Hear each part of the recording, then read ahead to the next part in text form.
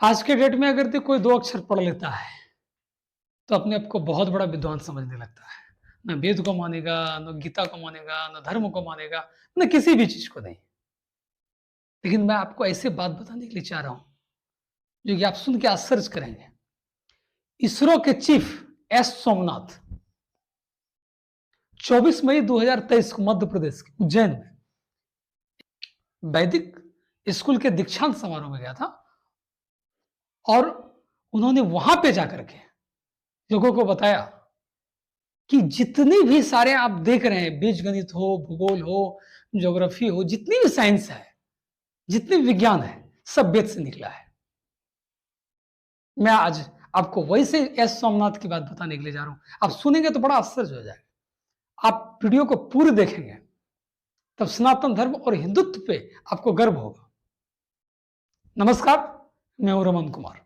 S Somnath जी ने कहा कि वैज्ञानिक और इंजीनियर की सबसे पहली पसंद अगर जो कोई भाषा है तो वो संस्कृत है। वो बहुत पसंद करते हैं। आपको पता होगा कि कंप्यूटर में सबसे पहले संस्कृत शब्द का ही इस्तेमाल किया गया था और कंप्यूटर के लिए संस्कृत शब्द बहुत आसान होता है। बताया कि सूर्य सिद्धांत जो आज से 6वीं शताब्दी के प्रारंभ में बताया गया था, वो भी सूर्य सिद्धांत हमारे विज्ञान से मिलता जुलता है। जितनी भी विज्ञान की बातें बताएगी, जितनी भी जो भूगोल शास्त्र हो, उन सब की बातें उस सूर्य सिद्धांत में बताया गया है। आपको मैं एक बात बता दूं कि जितने भी वैज्ञानिक थे, अधिकांश अंत में वो हिंदू बन गए। टेस्ला हो, ओपनहेमर हो, आस्टिन हो या फिर ओपनहेमर हो। ओपनहेमर पे तो एक मूवी बनी, जब उन्होंने एटम बम बनाया था ओपनहेमर ने, तो एटम बम बनाने के टाइम में उन्होंने गीता का उस श्लोक का प्रयोग किया था जब अर्जुन को शांत करने के लिए उस कृष्ण ने गीता का श्लोक सुनाया था, उस समय यूज किया था। आइंस्टीन ने जितनी भी सारी खोज की और अंत में जब इन्होंने गीता पढ़ा तो उनको पता चला कि जितनी भी सारी हम खोज कर रहे हैं, सारा बात तो गीता में पहले लिखा हुआ है। हर बात गीता में पहले है। हमारी भारतीय की संस्कृति सभ्यता ऐसी है। लद्दाख में सोनम वांगचू एक बहुत बड़े इंजीनियर हुए, मैकेनिकल इंजीनियर हुए। उन्होंने भारतीय संस्कृति सभ्यता के अनुसार एक विद्यालय को खोला। अभी उनका चल भी रहा है विद्यालय। और उस विद्यालय में उन्होंने प्रकृति के साथ जो हमारा गुरुकुल प्रथा था, उस गुरुकुल के माध्यम से उन्होंने उस विद्यालय को स्थापना किया।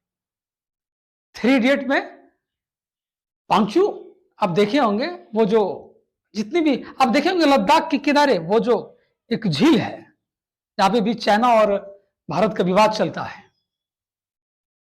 उस झील के किनारे वो सीन बनाया गया और लद्दाख में प्रकृति के साथ तालमेल करके पढ़ाया जाता है।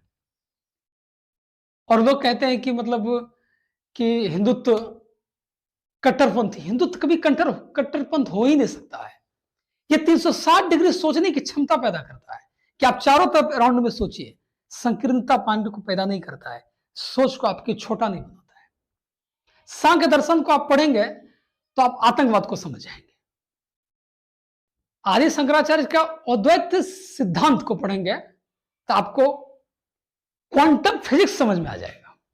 अब सोचिए कि हमारा क्या सनातन धर्म है। इतनी गहरी बातें उसमें बताई गई है। और 6 स्कूल्स ऑफ फिजिक्स हिंदुइज्म से ही निकला है। इसी से उस बात को बाहर निकाला गया है। 6 स्कूल ऑफ फिजिक्स उसी से निकला है। डुअल नेचर, पार्टिकल, सब वेदांत से निकला है। वेद का दूसरा समीप वाला भाग वेदांग है, जिसे आप उपनिषद कहते हैं। उपनिषद ये थ्योरेटिकल नहीं है, प्रैक्टिकल है। संतों ने जो प्रैक्टिकल किया उसके आधार पर उन्होंने लिखा। हमारे भारतीय सनातन धर्म में, हिंदुत्व में सिर्फ पढ़ाया नहीं जाता था,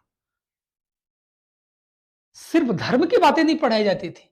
जितनी भी विज्ञान की बात हो, जितनी भी टेक्निकल चीज हो, सब चीज पढ़ाया जाता। आज के डेट में क्या है, पुस्तकों की संख्या, कॉपियों की संख्या बढ़ गई है। और नॉलेज घट गया है। आप देखेंगे इंग्लिश मीडियम के बच्चे ऐसे झुक करके, बड़ा एकदम टेढ़िया करके लगेगा कि मतलब क्या पीठ में एक बोरिया लाद दिया है, और नॉलेज के नाम पे 4 गो खाली इंग्लिश बतियाएगा और इससे ज्यादा कुछ नहीं। 4 गो इंग्लिश बतियाने से क्या हो जाता है, बहुत बड़ा विद्वान तुम हो गया? ऐसा थोड़ी है। पहले क्या होता था हमारे विद्यालय में कि मौखिक पढ़ाया जाता था। अमौखिक पढ़ाने में क्या होता था कि मात्र एक सेशन में और 1 घंटे में मात्र 20 बच्चे पढ़ते थे। सोचिए, ताकि उस सारे बच्चों पर सही सही से ध्यान दे सके। और क्या, एक बंद कमरों में नहीं, एक नेचर प्रकृति के साथ पढ़ते थे। आपको अगर यदि क्लास में पढ़ रहे हैं और अगर यदि मास्टर साहब बोल दे कि चलिए आज हम थोड़ा बाहर में पढ़ते हैं, चलिए बाहर थोड़ा निकलते हैं, प्रकृति के साथ पढ़ते हैं, पेड़ के नीचे पढ़ते हैं, कितना आपको आनंद आएगा, आप सोचिए। और उस समय वैसे ही पढ़ाया जाता था, कोई कॉपी कलम नहीं, कुछ नहीं, आपको सुनना है और सुन के याद करना है। आज भी हमारे भारत में वैसी शिक्षा मौजूद है। जब मैं पढ़ रहा था और आज भी मैं, हमारे गांव के बगल में हमारे वकील सर नाम करके हैं, हम उसके पास जब 2007 में 10th क्लास में पढ़ रहे थे, तो उसमें हम मुश्किल से 5-6 महीना उसके पास पढ़े जीके, इतिहास, भूगोल, नागरिक और संस्कृत और हिंदी पढ़े। एक पेज भी हमारा भरा नहीं होगा। आप सोचिए कैसे पढ़ाते थे।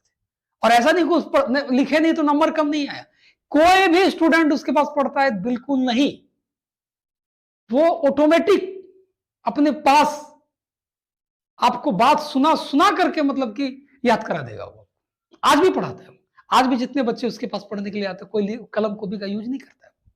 सब के सब सिर्फ याद करते हैं। ऐसा इतनी बार आपको सुना दिया जाता है, हिटलर की बात, संस्कृत की बात, हिंदी की बात, मतलब जितनी भी कहानियां हैं, ईस्वी, डेट जो भी है, इतनी सुना दिया जाता है कि आप सुन के आश्चर्य करेंगे और सब आपको याद आ जाएगा।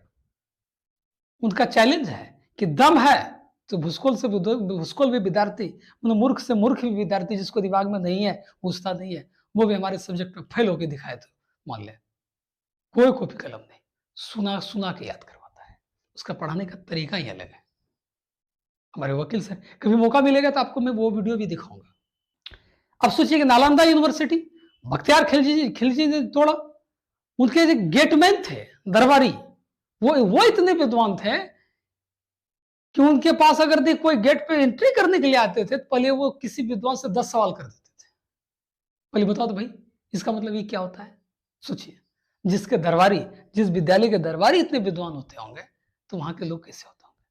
1835 के बाद मैकाले ने जो हमारी शिक्षा पद्धति को भ्रष्ट किया और खत्म कर दिया ना, ये शिक्षा पद्धति चौपट कर दिया सब चीज को।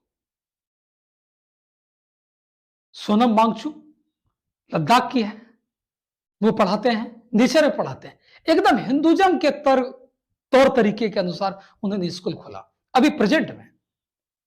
और वो विदेशी शिक्षा के खिलाफ पूरा है। आप देख रहे हैं हमारे बगल में सोनम वांगचुक, ये बहुत बड़े जर्नलिस्ट हैं, मैकेनिकल इंजीनियर हैं और राइटर भी हैं। आप इंजीनियर हैं, इनको भाया नहीं, विदेशी शिक्षा इनको अच्छा नहीं लगा। इनका मानना है कि हम अपनी संस्कृति और अपनी मातृभाषा में अगर शिक्षा दें तो इससे बेहतर और क्या हो सकता है।